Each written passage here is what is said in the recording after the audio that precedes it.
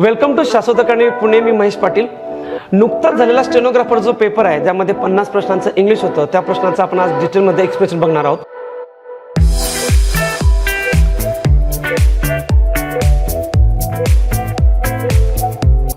विषय म्हणजे या प्रश्नाचं जे स्वरूप आहे ते कम्प्लिटली वेगळं आहे आणि यस ते ॲडव्हान्स आणि मॉडरेट लेवलचं आहे. ज्या प्रश्नपत्रिका आपण जर लास्ट 2 ते 3 पेपर जर बघितले मित्रांनो, त्यामुळे तुम्हाला असं जाणवेल की त्यात प्रश्नांचं स्वरूप, मांडणी, स्ट्रक्चर पूर्णपणे बदललं आहे. जे मी वारंवार बोलतो आहे की प्रश्नांचं स्वरूप बदललेलं आहे, पातळी बदललेली आहे. तर यानुसार 2023ला ज्याही मेन्स होणार आहे तर त्यांचं जे स्ट्रक्चर असणार आहे 50 प्रश्नांचं, त्यामध्ये वेटेज व्होकॅबचं हाय असेल.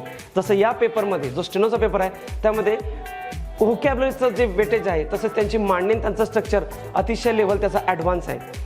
जर 2023ला तुम्हाला 40+ मार्क्स हवे असतील येणाऱ्या मेन्सला, तर या नवीन बदललेल्या पॅटर्ननुसारच आपल्याला शिकावं लागेल.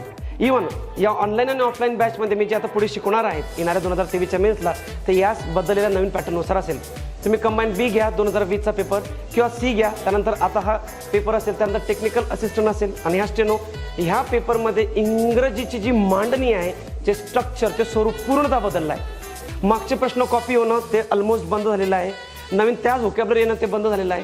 व्होकॅब नवीन आलेले आहे, त्यांची मांडणी आणि स्वरूप इतकं वेगळं आहे की आधी आपण ते बघितलं नाही आहे. तर आपण काय करूया, ह्या प्रश्नपत्रिके थ्रू आता जे होणार आहे ह्या महिन्यामध्ये राजस्थान मेन्स आहे, पुढच्या महिन्यामध्ये कंबाईन सी आहे आणि कंबाईन बी, तिची लवकरच डेट येईल. तर ह्या लोकांनी ह्या स्ट्रक्चरनुसार आत्ता समजणं खूप गरजेचं आहे. का? कारण जुन्या पॅटर्ननुसार जर तुम्ही शिकला 2020, 2018, 19, तर त्या पॅटर्ननुसार मांडणी आता पूर्णपणे आयोगाने बदललेली आहे. तर आपण काय करूया, या प्रश्नपत्रिके थ्रू इथून पुढे होणाऱ्या जेवढेही पेपर आहे ते या स्ट्रक्चरनुसार आपण स्टडी करूया. तर बघा, हा जो स्टेनोग्राफरचा पेपर आहे याचं डिस्ट्रीब्युशन मी सांगेल तुम्हाला इंग्लिशचं. आउट ऑफ 50, 21 क्वेश्चन्स व्होकॅबवरती आहे आणि त्या व्होकॅबमध्ये फक्त सिनॉनिम्स आणि अँटॉनिम्स असं नाही आहे मित्रांनो. सगळे व्होकॅब त्याने कव्हर केलेले आहेत विथ डिफरंट प्रेझेंटेशन, म्हणजे वेगळ्या मांडणीनुसार. 24 प्रश्न ग्रामरवरती. ग्रामरची लेवल ॲडव्हान्स आहे, साधी सरळ नाही आहे, रामू शामू.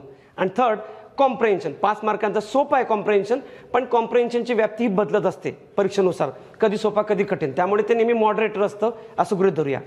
तर बघा, आपण आता एक एक प्रश्न सॉल्व्ह करूया डिटेलमध्ये आणि यात 2 गोष्टी शिकू आपण. नंबर 1 की ॲक्च्युली प्रश्न कसा विचारला आहे, आणि नंबर 2 की यामध्ये स्ट्रक्चर काय काय नेमकं बदललं आहे, म्हणजे नेमकं बदल काय आहे, नवीन पॅटर्न काय आहे. तर बघा, आता पहिला प्रश्न घेऊया. पहिला प्रश्न हा व्होकॅबचाच आहे. Choose the word having meaning similar to that of impromptu. आता बघा, इम्प्रॉम्प्टू शब्द एमपीएससीने ऑलरेडी विचारलेला आहे, पण त्याचा मिनिंग फक्त त्यांनी सिंगल शब्दाचा विचारलेला आहे. इथं 3 शब्द दिले आहेत आणि उरलेले 2 शब्द जे आहेत ते आधी आयोगाने विचारलेले नाहीत. मग हा आपल्याला डिफरंट पॅटर्न इथं दिसतो, हे आपल्याला नवीन शिकावं लागेल इथून पुढे. तर बघा, इम्प्रॉम्प्टू म्हणजे काय, विदाऊट प्रिपरेशन. विदाऊट प्रिपरेशन म्हणजे काय, तुम्ही एखाद्या गोष्टीची कुठली पूर्वतयारी न करता एखादं कार्य पार पडणे, त्याला आपण इम्प्रॉम्प्टू म्हणतो. मग ह्याला अजून एक शब्द काय मिनिंग, एक्स्टेम्पोर. एक्स्टेम्पोर म्हणजेच impromptu.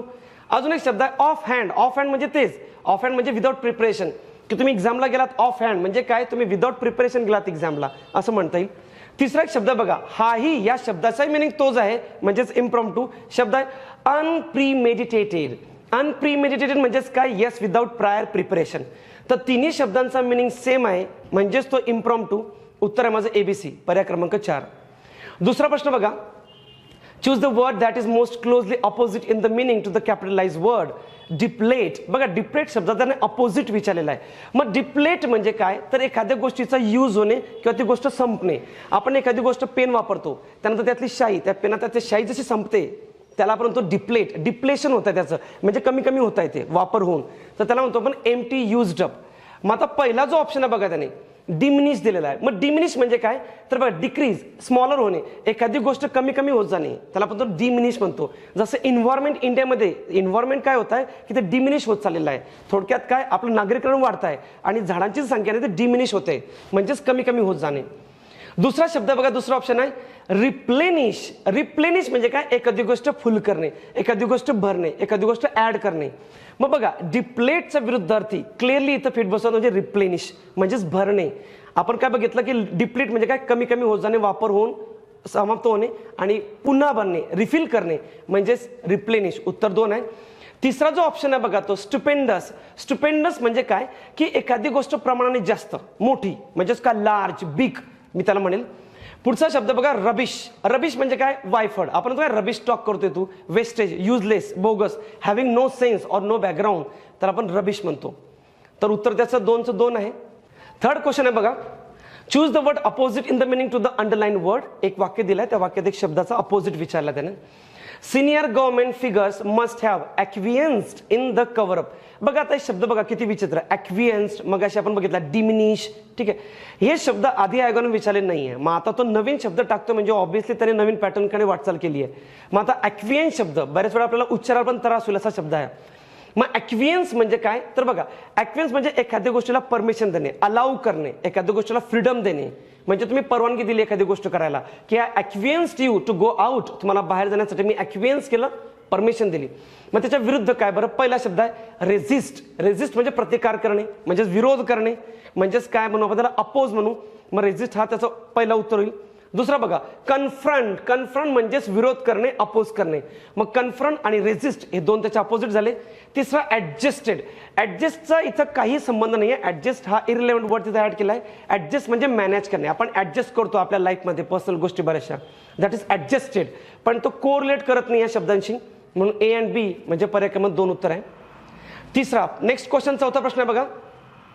Which one of the following words given in the option is the correct in the meaning of the underlined phrase? बघा एक फ्रेज दिली त्याने, फ्रेजचा मिनिंग विचारलाय. He will steer clear the criticism of the opponents. बघा steer clear ही idiom आहे, आधी आयोगाने काही विचारलेली नाही आहे, ही पहिल्यांदा विचारली त्याच्याशी. सो स्टीअर क्लिअर म्हणजे काय, एखादी गोष्ट अवॉइड करणे. आपण अवॉइड करतो, त्याला बऱ्याचशा इतर म्हणी पण आहे. रिफ्रेन म्हणतो आपण, एखाद्या गोष्टीपासून लांब राहणे. किंवा आपण असं म्हणतो की कीप समबडी ॲट बे किंवा ॲट अन आर्म्स लेंथ, म्हणजेच अवॉइड करणे, लांब राहणे. पर्याय क्रमांक 4 उत्तर आहे याचं. पुढचा प्रश्न बघा 5वा, त्याने स्पेलिंग विचारलाय आणि स्पेलिंग काही नवीन नाही आहे. स्पेलिंगवरती प्रश्न एक येतोच, एक एक्झाम एक प्रश्न. इथून पुढचं जे 2023 मेनसाठी पॅटर्न आहे त्यात स्पेलिंग, इडियम्स, होमोफोन्स, होमोनियम्स प्रत्येक पॅरामीटर करावं लागेल मित्रांनो, जर 40+ मार्क्स पाहिजे असतील तर. तर बघा ओमनिशियंट हा नवीन शब्द नाही आहे, आयोगाने नेहमी विचारलेला आहे. तर ओमनिशियंट काय, तर आपण नेहमी म्हणतो ओमनिपोटेंट, ओमनिशियंट. तर ओमनिशियंट सर्वज्ञानी, ज्याला सर्वज्ञान आहे असा, त्याचं स्पेलिंग बरोबर आहे. दुसरा ओमिनस. ओमिनसचं स्पेलिंग बघा, ओमिनसचं स्पेलिंग जे आहे ना ते OMI, त्याने OME दिलेलं आहे, इथं आय पाहिजे. ओमिनस म्हणजे काय, फ्युचरमधील असलेल्या एखादं अशुभ गोष्टीचं प्रिडिक्ट करणे. त्याला म्हणू आपण की ominous thing that is going to happen to you. Ominous म्हणजे अशुभ. नेक्स्ट आहे ऑप्युलंट. ऑप्युलंटमध्ये त्याने ए दिलाय जो चुकीचा आहे, तिथं ई पाहिजे होता. ऑप्युलंट म्हणजे लक्झरियंट, मोठ्या प्रमाणात असणे. ह्यूज मी असं म्हणेन की विपुल प्रमाणात असते, त्याला आपण म्हणू ऑप्युलंट. माझं बी आणि सी उत्तर चुकीचं आहे, म्हणजेच काय ते स्पेलिंग चुकीचं आहे. तर only A is my answer, पर्याय क्रमांक 1. 6 नंबरचा प्रश्न आहे बघा. त्याने म्हटलं की एखादा शब्द फिल करायचा मिनिंगनुसार. Having a 6th finger on one hand is dash condition. तर पहिला ऑप्शन बघा अबेरंट. अबेरंट म्हणजे काय, नॉर्मलच्या विरुद्ध, जी गोष्ट रेग्युलर आहे त्याच्या विरुद्ध. आपण बऱ्याच वेळा हा शब्द म्हणतो की विक्षिप्त, गटात न बसणारा. त्याला आपण बऱ्याच वेळा म्हणतो क्वीर फिश. क्वीर अनफॅमिलियर म्हणजे जो गटात बसत नाही, वेगळा आहे, त्याला मिनिंग आहे, म्हणजे त्याला शब्द आहे अबेरंट. मग अबेरंट म्हणजे काय, डिफरंट फ्रॉम अदर्स, वेगळं. म्हणजे ज्याला 6वं बोट आहे तो वेगळा आहे आपल्या गटापेक्षा. सगळ्यांना तर 5च बोट असतात, म्हणून अबेरंट हे उत्तर आहे. दुसरा ऑप्शन बघा ॲबोरंट. ॲबोरंट म्हणजे काय, तिरस्कार करणे, एखाद्या गोष्टीचा तुच्छपणे बघणे त्या गोष्टीकडे, किंवा त्या गोष्टीला अतिशय तुच्छ समजणे, आपण त्याला म्हणू डिटेस्ट. त्याला अजून शब्द लोथ. नेक्स्ट बघा ॲब्रिव्हिएट. ॲब्रिव्हिएट आपण बघा शाळेत शिकलो असणार, ॲब्रिव्हिएशन शॉर्ट फॉर्म, त्याला आपण ॲब्रिव्हिएट म्हणतो. नेक्स्ट आहे ॲब्डिकेट. ॲब्डिकेट म्हणजे काय, त्याग करणे. कुठल्या गोष्टींचा, पद असेल, पैसा, एखादं कुटुंब असेल, त्या गोष्टीचा त्याग करणे, डिसओन करणे, आपलं स्वतःचं आहे म्हणून नाकारणे, त्याला म्हणतो आपण ॲब्डिकेट. नेक्स्ट 7 नंबरचा क्वेश्चन आहे बघा. त्याने म्हटलंय सेम मिनिंग, म्हणजेच काय, सिमिलर वर्ड विचारला त्याने. We had to wait almost an hour before the condescended to see us. He condescended to see us, condescend. आता कॉन्डेसेंट म्हणजे काय, तर बघा कॉन्डेसेंट म्हणजे एखाद्या त्याच्या सुपिरियर पोझिशनपासून खाली येणे. म्हणजे थोडक्यात त्याचा गर्व, अभिमान, त्याचं पद, त्याची प्रतिष्ठा सर्व्हिस साईडला ठेवून खाली येणे, म्हणजेच काय, लोकांची समान वागणे, त्याला म्हणतो आपण कॉन्डेसेंड. मग कॉन्डेसेंडचं त्या सेम मिनिंग कुठला आहे तर बघूया. बघा पहिला असेंड शब्द आहे, असेंडिंग ऑर्डर म्हणतो आपण आणि डिसेंडिंग ऑर्डर होतो. तर असेंडिंग म्हणजे काय, वर, अप, वर जाणे. आणि रेन. रेन म्हणजे एम्पायर, साम्राज्य. रेन द अशोका रेन म्हणू आपण, अशोकाचं रेन होतं, एक त्याचं साम्राज्य होतं. दुसरा डेन शब्द आहे, तर डेन म्हणजे पण तेच तुमच्या उच्च पदावरून, प्रतिष्ठेवरनं खाली येणे आणि लोकांचे समान वागणे, तर आपण रेन म्हणू. फेन पण शब्द बघा, फेन म्हणजे काय, ढोंगी, दांभिक, खोटारडा, छुपा, त्याला आपण फेन म्हणू, प्रिटेंड. तर उत्तर आहे माझं 7 नंबरच्या प्रश्नाचं 3. 8 नंबरचा प्रश्न आहे बघा. बघा हे स्वरूप असं कधी झालं नाहीये, म्हणजे एक शब्द त्याने एक ज्यांचा सेम उच्चार आहे होमोनियम्स, त्यांना तो 4 वाक्यात ठेवून तो विचारतो कुठलं करेक्ट आहे, असं पॅटर्न पहिल्यांदा आहे. दिस इज अ न्यू पॅटर्न. तर बघा पहिलंच उत्तर माझं इनकरेक्ट आहे. एक उत्तर आहे माझं, he is Wien fellow who is always humble and modest. आता बघा त्याने वेन म्हटलाय, हा VAIN. वेन म्हणजे कोण? गर्विष्ठ, ज्याला जास्त अभिमान आहे किंवा जो स्वतःविषयी जास्त बोलतो किंवा ज्याला स्वतःविषयी जास्त प्राऊड आहे किंवा जो मीपणा करतो तो वेन असतो. मग या वेन शब्दाला या वाक्यात फिट बसणार नाही. हा का? कारण ही is a Wien fellow who is always humble and honest and modest. मग जो हंबल आहे आणि जो मॉडेस्ट आहे, जो हंबल आणि मॉडेस्ट असतो तो वेन कसा असेल? वेन म्हणजे तो असतो ना की जो स्वतःचा मीपणा करतो, म्हणून हा शब्द इथं बसणार नाही. तिथं उलट शब्द असा पाहिजे होता की जो एकदम पोलाईट आहे, जो एकदम नॉर्मल आहे, जो एकदम की जो ग्राउंडेड आहे, त्याला म्हणू आपण की जो हंबल आणि मॉडेस्ट आहे. दुसरा, the Wien shows us the direction of the wind. बघा यात जो वेन आहे हा VANE, हा वेन म्हणजे काय की वाऱ्याची दिशा दाखवणारं यंत्र असं बघा घरावर लावलेलं, तो वेन बरोबर आहे. हा तिसरा शब्द बघा, veins carry the blood to the heart. Veins म्हणजे नसा, म्हणजेच का रक्तवाहिनी, हा वेन्स पण बरोबर आहे. आणि तिसरं बघा, the moon is now on the wane. On the wane, हा moon is on the wane म्हणजेच काय? लुप्त होणे, समाप्त होणे, शेवट होणे किंवा नाहीसे होणे. हा वेन सुद्धा इथं करेक्ट आहे. तर वाक्याच्या सेन्सनुसार त्याने विचारलं आपल्याला की कुठला वाक्य इनकरेक्ट आहे, तर पहिलं माझं इनकरेक्ट आहे. तर होकॅबची रचना त्याने अशी करतो तो आता नवीन पॅटर्ननुसार. तर यानुसारच आपल्याला क्वेश्चन पेपर डिझाईन करावे लागतील आणि त्यानुसारच आपल्याला शिकावं लागेल. 9 नंबरचा क्वेश्चन आहे बघा. आता ग्रामर स्टार्ट झालं इथं. त्याने म्हटलं कॉम्प्लेक्स सेंटेन्स ओळखा. पहिलं वाक्य, the girl is very talented. यात एकच मेन वर्ब आहे, नो कंजंक्शन, सिंपल सेंटेन्स आहे. दुसरं, what you told me is true. बघा व्हॉट यू टोल्ड मी हा माझा नाउन क्लॉज आहे, सब्जेक्ट ऑफ द वर्ब. हे माझं कॉम्प्लेक्स सेंटेन्स आहे. 2 वर्ब आहे, एक आहे टोल्ड, एक आहे इज. यात एक डिपेंडंट क्लॉज आहे, व्हॉट यू टोल्ड मी हा नाउन क्लॉज आला माझा. व्हॉट हा सबऑर्डिनेट कंजंक्शन आहे, कॉम्प्लेक्स सेंटेन्स. तिसरं, I saw him while he was coming out of his office.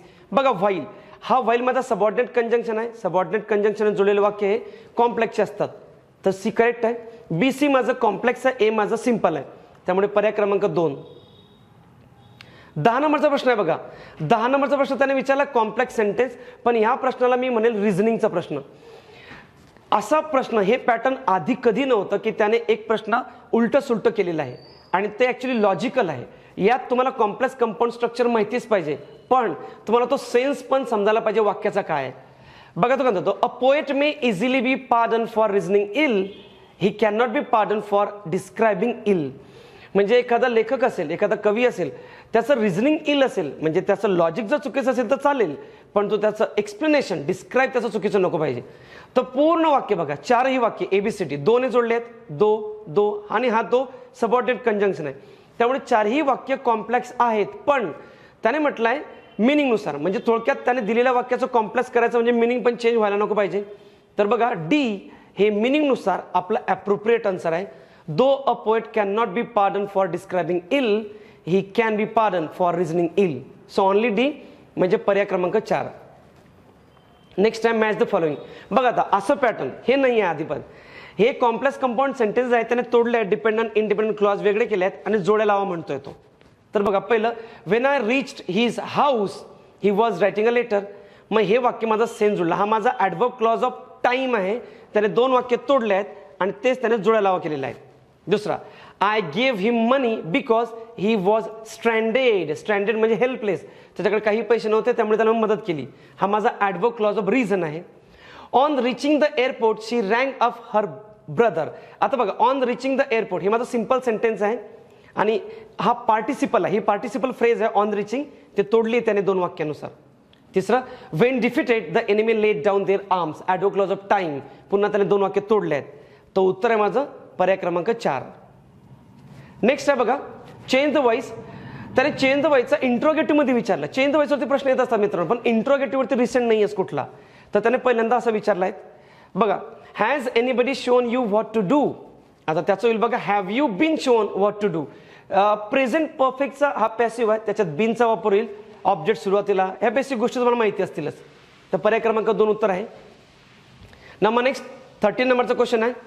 Yes, हे बघा, हे असा प्रश्न आधी कधीही बनवलेला नाहीये. म्हणजे आता जे नवीन पॅटर्न मी वारंवार बोलतोय बघा की बदललाय पॅटर्न, यानुसार आपण शिकूया, यानुसार मी आता ऑनलाईन बॅचचे चेंजेस बरेचसे करणार आहेत. तर बघा यात त्याने पहिल्यांदा असं केलंय, त्याने म्हटलं की 2-2 वाक्य दिलेत. बघा समजून घ्या, 2 वाक्य दिलेत 2-2, आणि तो 2 वाक्यांना एकत्र करायचे अँडने जोडून. पण अँडने जोडल्यानंतर कुठले शब्द त्यातले रिमूव्ह होतील, म्हणजे तुम्ही 2 वाक्य अँडने जोडलेत आणि कुठले शब्द तुम्ही रिमूव्ह केले ते शब्द सांगा. असं हे पॅटर्न आधी कधी नव्हतं. त्यामुळे आपण जर अशा प्रश्नांचा ऑलरेडी जर सराव नाही केला तर आपल्याला at the time of the examination understand व्हायला वेळ लागेल. वेळ लागला अटेम्प्ट कमी होईल, अटेम्प्ट कमी झाला मार्क्स कमी येतील. म्हणून सांगतो की इथून पुढचं सगळे प्रश्न तुम्ही यानुसार समजून घ्या की त्याने डिझाईन कसे केले प्रश्न. तर बघा आता पहिलं वाक्य आपण बघूया. Meera open the fridge dot Meera put the milk in it. मग आता मी अँडने जोडून त्याला एक करतो. बघा Meera open the fridge and put the milk in it. मग मी पुन्हा जो मीरा शब्द आहे तो ड्रॉप केला, मग मीरा शब्द हा माझ्या उत्तरात येईल. दुसरं वाक्य he chain the dog full stop he tied it to the door. आता बघा मी अँडने जोडतो याला. He chain the dog and tied it to the door. मग त्यातला ही हा प्रोनाउन मी पुन्हा वगळला, ही उत्तरात येईल. तिसरं Rita has open the room full stop Rita has clean it. दोनदा हॅज ओपन हॅज आहे बघा, दोनदा हॅज आहे दोनदा रीता आहे. मग रीता हॅज तर दोनदा येणार नाही. मग ते कसं करेक्ट होईल बघा. Rita has open the room and clean it. संपलं. मग यातला रीता आणि हॅज दोन्ही शब्द ड्रॉप होतील. मग आता आपलं उत्तर मीरा ही रीता हॅज असं आहे. क्लिअर. आता जर सपोज तुम्हाला अशा प्रकारच्या प्रश्नांचा पॅटर्न नाही माहिती तर at the time of the examination असे प्रश्न समजायला वेळ जाईल मित्रांनो. म्हणून म्हणता या स्वरूपातच आपण आता इथून पुढे शिकूया. नेक्स्ट आहे बघा प्रश्न क्रमांक आहे नेक्स्ट 14 नंबरचा प्रश्न आहे. इनकरेक्ट विचारलाय त्याने. इनकरेक्ट कुठला आहे? पहिलं ही लाईड टू मी. बघा लाय ले लेन हे त्याने विचारलंय, सेम उच्चाराचे शब्द. यात लाईड तो मला खोटं बोलला, लायचं दुसरं रूप लाईड, दॅट इज करेक्ट. दुसरं B if you are tired go and lay down. बघा आता if you are tired go and lay down. इथं ले नको पाहिजे मला, इथं V1 पाहिजे. Go and lie down. जर तू थकला असेल तर जा आणि थोडा आराम कर. तर LIE खोटं बोलणे हे त्याचा अर्थ होतो. सेम दुसरा वर्ब आहे LIE म्हणजेच आराम करणे. लेट मी लाय हिअर म्हणजे मला इथं आराम करू द्या, इथं मला पडू द्या, इथं मला झोपू द्या. Let me lie. A baby was lying म्हणजे लहान बाळ झोपलेलं होतं, पडलेलं होतं. तर इथं LAY च्या ऐवजी LIE पाहिजे. बी चुकीचं आहे. सी द सिक पर्सन ले ऑन द बेड. आता हा जो ले आहे हा V2 आहे लायचाच. लाय म्हणजे झोपणे पसरणे, त्याचं दुसरं आहे ले. मग हे वाक्य बरोबर आहे. तिसरं ले the injured person on the rug. बघा ले हा अजून एक वर्ब आहे. ते ले लेड लेड ठेवणे, मांडणे, झुकणे. मग ले म्हणजे एखादी गोष्ट हॉरिझॉन्टली ठेवणे. मग त्यानुसार ले द इंज्युअर्ड पर्सन त्या व्यक्तीला इथं ठेवा अशा अर्थाने सुद्धा हा ले बरोबर आहे. मग इनकरेक्ट जर म्हटलं तर only B is my answer. प्रश्न क्रमांक पुढचा बघा 15 नंबरचा प्रश्न आहे. Choose the best equivalent. आता इक्विव्हॅलेंट म्हणजे काय की ज्या वाक्यांचा अर्थ सेम असतो. 2 वाक्यांचा. सपोज मी एक वाक्य म्हटलं की मी गरीब आहे, त्याचं दुसरं सेम काय असेल मी श्रीमंत नाही. यांना म्हणू आपण इक्विव्हॅलेंट. म्हणजे यात बघा it is difficult to play a saxophone म्हणजे डिफिकल्ट आहे सॅक्सोफोन प्ले करणं. मग a saxophone is difficult to play हे त्याचं उत्तर आहे. आता याचं कुठला रूल आहे किंवा कुठलं चॅप्टर आहे तर ज्याला सगळे English grammar, English vocabulary, PYQ माहिती आहेत तर ह्या प्रवासातनं एक कॉमन सेन्स जनरेट होतो मित्रांनो. त्या कॉमन सेन्सच्या लेवलवरती हा प्रश्न आहे. हा सिलेबस नाही आहे, हा अंडरस्टँडिंगचा प्रश्न आहे. उत्तर 1 आहे त्याचं. नेक्स्ट 16 नंबरचा क्वेश्चन आहे. How you manage your class is a great lesson to me. बघा how you manage to your class हा माझा noun clause subject of the verb आहे. वाक्याचा सब्जेक्ट अंडरलाईन केलेलं वाक्य आहे बघा. इज पासनं अलीकडे जे वाक्य पूर्ण सब्जेक्ट आहे ते आणि सब्जेक्टला नाउन येतो. मग हा नाउन क्लॉज आहे माझा. उत्तर आहे 2. 17 नंबरचा क्वेश्चन आहे बघा. He ask me where is she going. यात बघा गडबड काय. इथे या व्हेअर नंतर जो ऑब्जेक्ट होतो त्याचा प्रश्न नाही होणार. याच्यात हे जे वाक्यानं व्हेअर इज शी त्यातला जो इज आहे तो शीच्या नंतर येईल. मग ते कसं होईल she ask where she is going. She is पाहिजे. दुसरंही सेमच आहे बघा तसंच. द स्ट्रेंजर आज the policeman where was the bus station. इथं where was the bus station चुकीचं आहे. याचा प्रश्न नाही होणार ऑब्जेक्टला. त्याचं होईल where the bus station was. म्हणून तो जो वॉज आहे बस स्टेशनच्या नंतर येईल. नंबर नेक्स्ट आहे 3rd. I told to him. इथं टूचा वापर चुकीचा आहे. I told him, I asked him, I said to him, जसं आपण म्हणतो सेड टू हिम, तसं टोल्ड नंतर टूची गरज पडत नाही. I told him, I asked him, I requested him, I urged him, टूचा वापर होत नाही. म्हणून तिन्ही वाक्य चुकीचे आहे, म्हणून ABC करेक्ट आहे. 4 उत्तर आहे. नेक्स्ट 18 नंबरचा क्वेश्चन आहे. हा प्रश्न बघा, हा प्रश्न कॉपी पेस्ट आहे. ASO 2017ला हा प्रश्न विचारलेला आयोगाने, तोच प्रश्न कॉपी पेस्ट केला, पण फक्त A आणि B वाक्य कॉपी आहे, C वाक्य नवीन आहे. तर याचा टॅग विचारला त्याने. पहिला we need a menu first, हा जो नीड आहे सिंपल प्रेझेंट टेन्स आहे V1, याचं होईल डोंट वी. दुसरं बघा you are now around here, you are याचं होईल आरंट यू. आणि तिसरं she is a good looking girl, याचं होईल इजंट शी. पर्याय क्रमांक 1 आहे. 19 नंबरचा क्वेश्चन बघा, हा प्रश्न सेम कॉपी पेस्ट आहे. अजून राज्यसेवा 2021चा रिसेंटच प्रश्न त्याने कॉपी केला, म्हणजे अगदी मागच्याच वर्षाचा पेपर. What a nonsense. बघा आता नॉनसेन्स हा माझा अनकाउंटेबल नाऊन आहे, मोजता येत नाही. हा जसं आपण मुलं मोजू शकतो की there are 20 boys, there are 20 books, there are 300 people, आपण लोक मोजू शकतो, पण नॉनसेन्स मोजता येत नाही. मग अनकाउंटेबल नाऊन जर मोजता येत नाही, मग हा मोजला जाणारा म्हणजे एक तिथं कशाला पाहिजे, म्हणून इथं आर्टिकल चुकीचं आहे. ते कसं पाहिजे होतं, what nonsense to have a picnic in such a bad weather.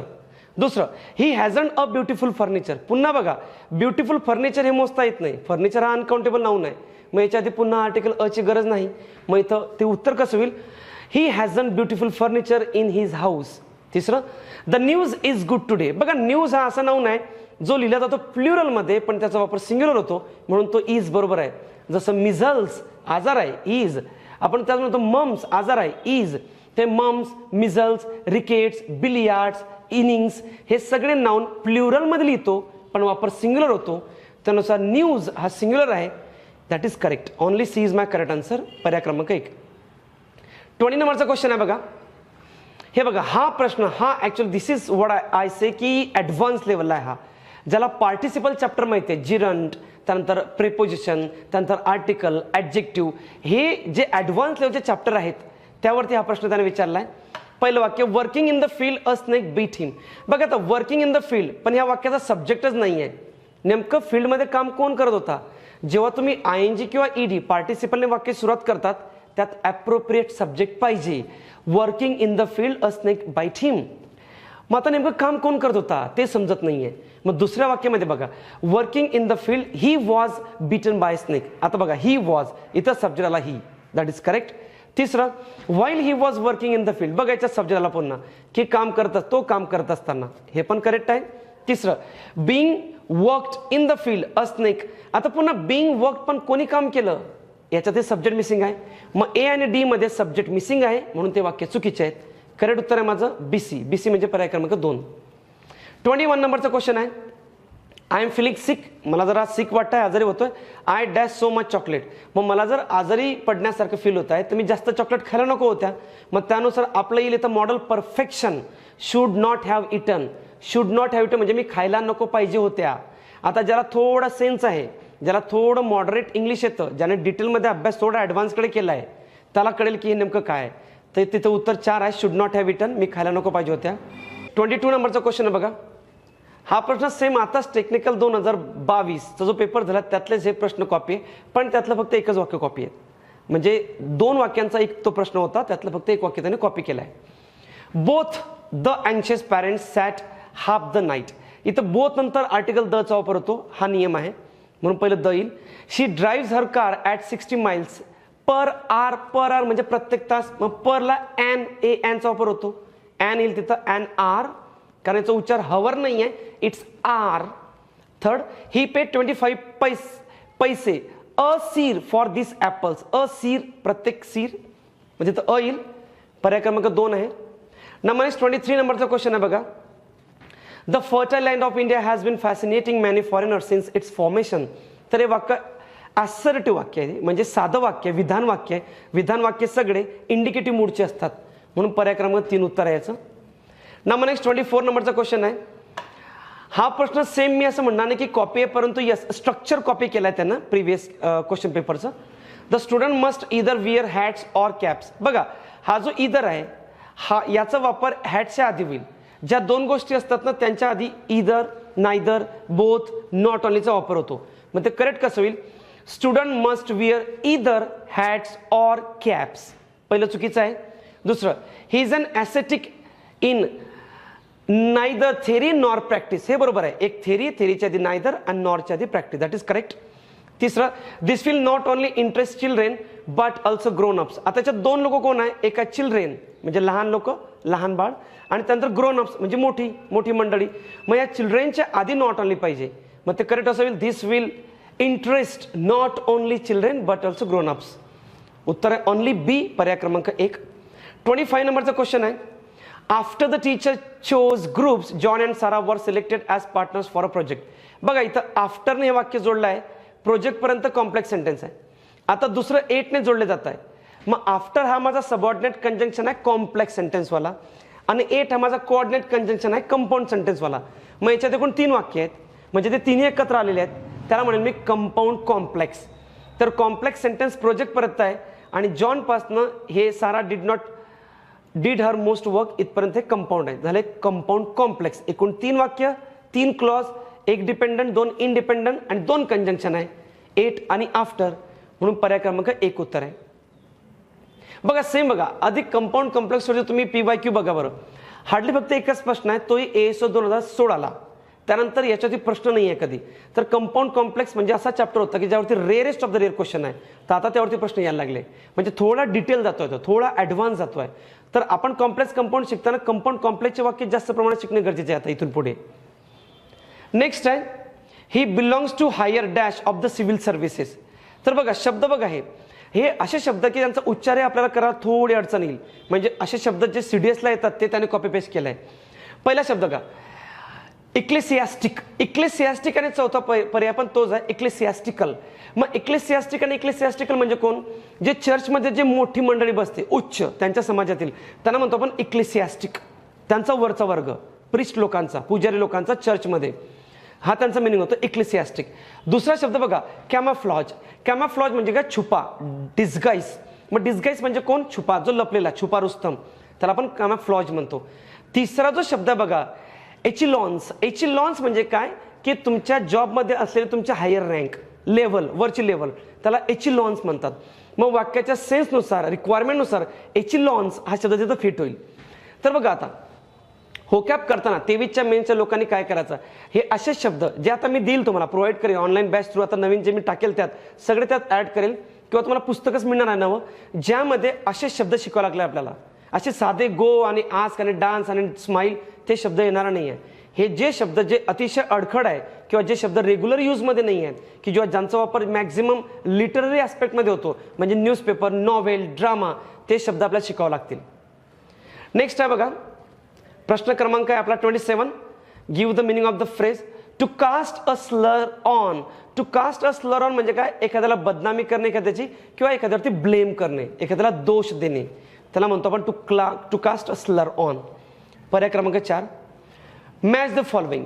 बघा त्यांनी इकडे 4 इडियम्स दिलेले आहेत आणि इकडे 4 मिनिंग दिलेले आहेत. म्हणजे थोडक्यात एका मार्काला 4 इडियम्स आले आहेत. आधी एका मार्काला 1 असायचं जुन्या काळात, 2015, 16, 17 पर्यंत. 18, 19 पासून ते बदललं आणि आता तर बदललं जाते. तर at the drop of the hat म्हणजे एकदम क्विकली, विदाउट वेस्टिंग टाइम, म्हणजेच काय? Without delay. I will eat my hat. I will eat my hat म्हणजे काय? एक्स्ट्रीमली अनलाइकली टू हॅपन, जी गोष्ट होणारच नाहीये, घडणारच नाहीये, त्याला म्हणतो आपण की I will eat my hat. Next आहे talk through one's hat. Talk through one's hat म्हणजे काय? काहीतरी वायफळ बळबळ करणे, म्हणजेच नॉनसेन्स बोलणे, नॉनसेन्स टॉक. आणि नेक्स्ट आहे बघा, pass the buck. Pass the buck म्हणजे काय? एखादी जबाबदारी दुसऱ्यावरती ढकलणे, म्हणजे पासिंग द बक. त्याचं उत्तर आहे 2. नेक्स्ट आहे बघा प्रश्न बघा पुढचा, त्याने अंडरलाईन केलेला आहे का इडियमला, आणि त्याचा मिनिंग विचारलेला आहे. I had lunch with Clive and Peter and they talk shop the whole time. Talk shop म्हणजे काय? जेव्हा तुम्ही कामाची सगळी चर्चा, म्हणजे तुम्ही वर्किंग ॲज अ प्रोफेशन आहात आणि तुम्ही ते सगळी चर्चा कुठेतरी दुसऱ्या ठिकाणी करतायत, कामाविषयी चर्चा करणे म्हणजेच टॉक शॉप. पर्याय क्रमांक 4. 30 नंबरचा प्रश्न आहे बघा. नेक्स्ट फ्रेझल वर्बचा प्रश्न आहे हा. Her birthday is dash soon. Coming up. Come up म्हणजे नेक्स्ट जे घडणार असतं लवकरच, त्याला म्हणतो कम अप. पर्याय क्रमांक 2 उत्तर आहे. Do not run down your superiors in office. Run down 31 नंबरचा क्वेश्चन. रन डाऊन म्हणजे क्रिटिसाइज करणे, एखादं टीका करणे, एखाद्याविषयी काहीतरी वाईट बोलणे. तर रन डाऊन म्हणजे क्रिटिसाइज करणे. मग उत्तर आहे आपलं कंडेम. कंडेम म्हणजेच काय? एखाद्याविषयी वाईट बोलणे किंवा क्रिटिसाइज करणे, टीका करणे एखाद्याला. पर्याय क्रमांक 4 उत्तर आहे. 32 नंबरचा क्वेश्चन आहे बघा. त्याने म्हटलं हे बघा, ही मांडणी बघा अशी, असा प्रश्न आधी आहे का तो चेक करा. ते PYQ मध्ये नाही आहे असा प्रश्न. की त्याने काय म्हटलं, find out whether the given sentence is correct or incorrect. आणि पर्याय कसे दिले बघा, करेक्ट, इनकरेक्ट, पार्शियली करेक्ट आणि नन ऑफ द अबोव. हे काय असतं पार्शियली करेक्ट? असं काही नसतं partially correct. So seldom had the little town seen a more costlier funeral. आता बघा, सेल्डम हॅड, सेल्डम नंतर हॅडचा वापर केलाय, दॅट इज करेक्ट. याला इन्व्हर्जन रूल म्हणतात. जेव्हा निगेटिव्ह शब्द वाक्याच्या सुरुवातीला येतात, hardly, barely, scarcely, seldom, neither, nor, not only, no sooner, तर यांच्या नंतर सपोर्टिंग वर्ब येतो. Hardly had I, no sooner did I, neither do I, never shall I. आधी सपोर्टिंग वर्ब येतो, नंतर सब्जेक्ट येतो. मग त्या नियमानुसार that is correct. Seldom had I म्हणजे seldom had the little town, so that is correct sentence. जर ते लिटल टाउनच्या नंतर हॅड असतं तर दॅट कुड हॅव बीन रॉंग, म्हणजे ते चुकीचं राहिलं असतं. उत्तर एक आहे. 33 नंबरचा क्वेश्चन आहे बघा. The church needs to find new ways of dash young people. मग reaching out to, reach out to म्हणजे काय? एखाद्याला अप्रोच करणे, एखाद्याला भेटणे, एखाद्याला जवळ आणणे, त्यानंतर रिच आउट टू. बऱ्याच वेळा आपण होतो ना की you need to reach out to the next generation. Reach out to म्हणजे काय? त्यांच्याशी संपर्क साधा, जवळीक साधा. पर्याय क्रमांक 2 उत्तर आहे. 34 नंबरचा क्वेश्चन आहे. He is a teacher seem to have dash on him. म्हणजेच काय? Give up on. Give up on म्हणजे काय? गिव्ह अप ऑन म्हणजे एखाद्याचा फेथ, विश्वास पूर्णपणे बंद होणे. म्हणजे गिव्ह अप ऑन म्हणजे काय? की आता आम्ही त्या गोष्टीवरती, त्या व्यक्तीवरती विश्वास ठेवणं बंद केलेला आहे, त्याला म्हणतो आपण गिव्ह अप ऑन. पर्याय क्रमांक 4 उत्तर आहे. 35 नंबरचा क्वेश्चन आहे बघा. Bull in china shop. ही इडियम आयोगाने आधी विचारली आहे. Bull in china shop, that is already being asked. So bull in china shop म्हणजे काय? असा व्यक्ती जो शांततेचा भंग करतो, ज्याला, जो ऑड आहे, जो विचित्रपणे वागतो, त्याला म्हणतो आपण बुल इन चायना शॉप. पर्याय क्रमांक 4 उत्तर आहे त्याचं. A person behaving in a awkward way. Number match the following. हे वन वर्ड सबस्टिट्यूट आहे, त्याला लेफ्ट साईडला वन वर्ड सबस्टिट्यूट आणि इकडे मिनिंग दिलेला आहे. तर हे काही नवीन नाही आहे. That is structure is already same, copy pasted, that we have seen in 2021 and in 20. Euphemism. Euphemism म्हणजे काय? एखादी वाईट बातमी चांगल्या शब्दात सांगणे, म्हणजे एखादं वाईट शब्दात चांगला शब्द, रिप्लेस चांगला शब्द करणे, त्याला म्हणतो आपण युफेमिझम. त्याचं उदाहरण बघा, सर्कमलोकेशन. सर्कमलोकेशन म्हणजे काय? गोड बोलणे, चांगल्या शब्दात बोलणे. नोस्टाल्जिया म्हणजे घरची आठवण, होम सिकनेस. काही लोक रडत बसतात, मला घरची आठवण येते, त्याला आपण म्हणतो नोस्टाल्जिया. नंबर नेक्स्ट आहे इफिमेरल. इफिमेरल म्हणजे काय? अगदी क्षणात संपणारा, क्षणभंगूर, टेम्पररी. आणि नेक्स्ट आहे क्लॅन्डेस्टाईन म्हणजे सिक्रेटिव्ह, म्हणजे छुपं, लपलेलं. बघा हे शब्द, तुम्ही शब्दांचे उच्चार बघा कसे आहेत. तर नवीन शब्द सगळे आलेले, मी ते सांगतो. ओकॅबचं पॅटर्न जे चेंज होत आहे, बदलत आहे, ते शब्द जे त्याने आणलेले आहेत ना सगळे CDS SSCचे, त्याने त्या पॅटर्नचे आणलेले आहेत. मांडणी पण जवळजवळ त्याच पॅटर्नकडे चालली आहे. तो ओकॅब करताना असे साधे वाचू नका. ॲक्सेप्ट म्हणजे स्वीकारणे, रिजेक्ट म्हणजे नकारणे, तेसलं येत नाही मित्रांनो. नेक्स्ट आहे 37 नंबरचा क्वेश्चन. त्याने म्हटलं चूज द करेक्ट. तुम्ही सगळे वाक्य वाचा. हा प्रश्न आहे नॉन फायनाइट वर्बचा. नॉन फायनाइट वर्ब म्हणजे त्यामध्ये जिरन येतं, इन्फिनिटिव्ह येतं. तर इन्फिनिटिव्हचा हा प्रश्न आहे. I intend to sit. बघा, इंटेंड नंतर 2 + V1 आहे, to sit in the garden and to write letters. तर बघा, जेव्हा वर्ब नंतर 2 + V1 येतो, तर पुढे same thing 2 + V1, 2 + V1, 2 + V1 carry होईल. I want to dance, to go, to write, to sing and to walk. बघा, मी प्रत्येक वेळी टू जोडलेला आहे. So I want to go, to write, to dance, प्रत्येक वेळी 2 + V1 येईल. त्या नियमानुसार second is my correct answer. Number next आहे 38 नंबरचा क्वेश्चन आहे. Raghu was unable to attend the interview. खूप सोपा आहे, गिफ्ट आहे. Watch will wasn't he. Wasn't he म्हणजे पर्याय क्रमांक 4. नंबर नेक्स्ट आहे. He was an indolent boy who use to spend his days looking at the sky. बघा, इंडोलंट PSR 17ला ऑलरेडी विचारलेलं आहे त्याने. इंडोलंट म्हणजे कोण? लेझी, पॅसिव्ह, स्लोथफुल, ज्याच्यामध्ये कुठली ऊर्जा नाही किंवा रिकाम टेकडा. मग त्याच्या विरुद्ध अर्थ विचारलाय, त्याच होईल ॲक्टिव्ह. पर्याय क्रमांक 2. नंबर नेक्स्ट होर्ड आणि होर्ड. बघा, दोघांचा उच्चार सेम आहे. दोघांचा उच्चार सेम आहे. ज्या शब्दांचा उच्चार सेम असतो त्यांना म्हणतो आपण होमोनियम. जसं सिनोनियम्स असतात सारखे अर्थ, अँटोनियम्स असतात विरुद्ध अर्थ, तसं होमोनियम्स असतं सेम उच्चार. तर उत्तर माझं होमोनियम. यात बघा अजून एक पर्याय दिला आयोगाने, हायपोनियम. हा चॅप्टर आपण शिकूया आता इथून पुढे. नवीन बॅचेस जे आपण आता लॉन्च करू ऑनलाईन आणि ऑफलाईन, त्यात हायपोनियम चॅप्टर मी शिकवेल. आधी विचार ला जात नव्हतं कधी. आता त्याने 4 पर्यायात हायपोनियम शब्द जर उल्लेख केलाय तर डिटेलमध्ये तो जातोय, तर आपल्याला हायपोनियम पण शिकावं लागतील. हायपोनियम म्हणजे अशी व्होकॅब्युलरी की असा एक शब्द ज्याच्या अंडर, ज्याच्या ग्रुपमध्ये, ज्याच्या फॅमिलीमध्ये इतर शब्द सुद्धा समाविष्ट होतात. आता कसं बरं इतर शब्द, तर बघा हायपोनियमचं एक एक्झाम्पल घेऊया. मी जर म्हटलं स्पोर्ट्स हा एक शब्द घेतला तर क्रिकेट, फुटबॉल, व्हॉलीबॉल, रनिंग ह्या सगळे शब्द स्पोर्ट्समध्ये समाविष्ट आहे. तर हे सगळे शब्द एकमेकांना हायपोनियम आहे. चला ठीक आहे, एक छोटंसं एक्झाम्पल घेऊया. मी असं म्हटलं स्टेशनरी हा एक शब्द आहे, मग मी म्हणेन पेन, पेन्सिल, त्यानंतर मी म्हणेल नोटबुक, हे सगळे शब्द आहे ना स्टेशनरीमध्ये इन्व्हॉल्व्ह होतात, म्हणजे हायपोनियम आहे. किंवा अजून एक वेगळं घेऊया. मी म्हटलं कलर शब्द होता, कलर, मग रेड, ब्ल्यू, ब्लॅक हे सगळे कलर शब्दाशी असोसिएटेड आहे, म्हणजे एका शब्दाच्या फॅमिलीला असलेले सगळे शब्द त्याला आपण हायपोनियम म्हणतो. कधी विचारलं नाही आयोगाने, लेट सी, पण आपण इथून पुढे नवीन पॅटर्ननुसार शिकूया, त्यात मी शिकवेल तुम्हाला. नेक्स्ट आहे बघा, वाक्याचा सेन्स ओळखा. हा कॉमन सेन्सचा प्रश्न आहे. जरी हा कंजंक्शनचा प्रश्न असला तर मी याला कॉमन सेन्सच म्हणेल. ही वॉज एक्स्ट्रीमली टायर्ड, खूप थकला होता तो. Dash the noise kept him awake, पण तो इतका गोंधळ होता बाजूला की त्याला जागीच राहावं लागलं. मग कॉन्ट्रास्ट दर्शवता दोन्ही वाक्य, बटचा वापर होईल. पर्याय क्रमांक 1. नंबर नेक्स्ट 42 नंबरचा क्वेश्चन आहे बघा. Choose the correct alternative. You are more intelligent than I am, डिग्रीचा प्रश्न आहे, म्हणजे उलट होईल बघा. ते होईल I am not so intelligent as you are. डिग्रीचा बेसिक प्रश्न आहे हा. पर्याय क्रमांक 3. नंबर नेक्स्ट क्वेश्चन आहे बघा 43 नंबरचा question. If I were the prime minister I would eradicate poverty.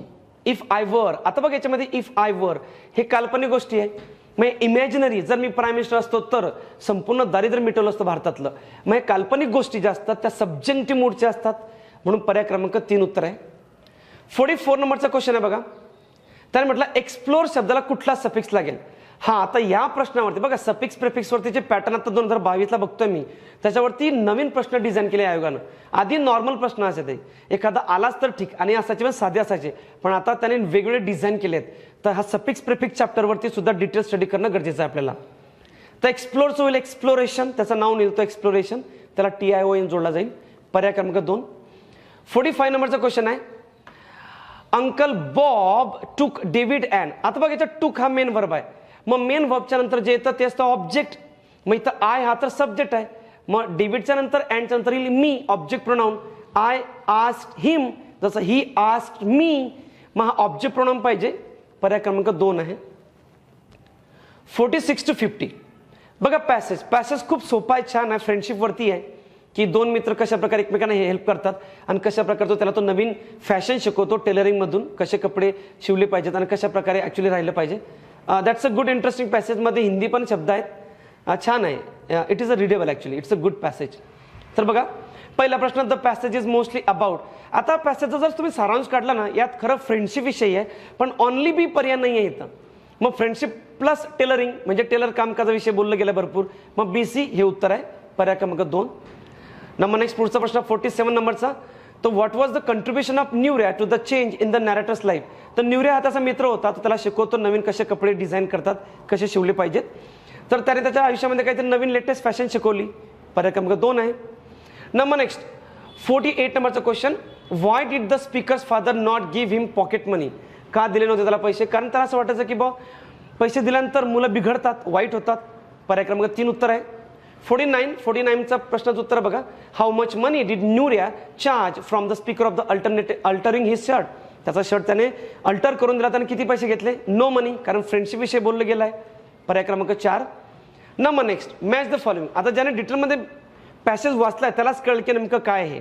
तर बघा लूज शर्ट्स म्हणजे काय, तर ते फादर्स इन्स्ट्रक्शन होतं की लूज शर्ट विअर करायचे. स्वरूप शेट काय होते? स्वरूप शेटचं ओढणार शॉप होतं. उद्धव शेटचं काय होतं? तर त्यामध्ये भजियाबद्दल उल्लेख आहे. आणि ग्लोसी ब्लॅक नायलॉन बटन होतं. तर पर्याय क्रमांक त्याचं 2 आहे. तर बघा मित्रांनो, ह्या प्रश्नपत्रिके थ्रू एक गोष्ट मला समजते.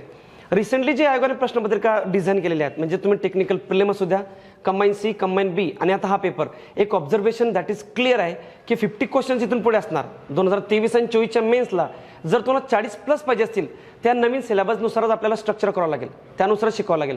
ओकॅपचा प्रत्येक पॉईंट इतक्या डिटेल बघावं लागणार आहे, तोही त्या लेवलचा, ॲडव्हान्स लेवलचा. सेकंड ग्रामर जे आहे ते ॲडव्हान्स लेवलला शिकावं लागेल. आणि थर्ड पॅसेज, त्यालाही इग्नोर करून चालणार नाही आहे. आणि याच प्रकारचं इथून पुढे 2023चं जे मी आता बॅच डिझाईन करणार आहे ऑनलाईन आणि ऑफलाईन, ते अवेलेबल होईल तुम्हाला सून. तर त्या स्ट्रक्चरनेच तुम्हाला शिकायचं आहे आणि त्या स्ट्रक्चरनेच आपल्याला पुढे जायचं आहे. ओल्ड पॅटर्नला आता आपल्याला विसरावं लागेल. ठीक आहे. See you. थँक्यू.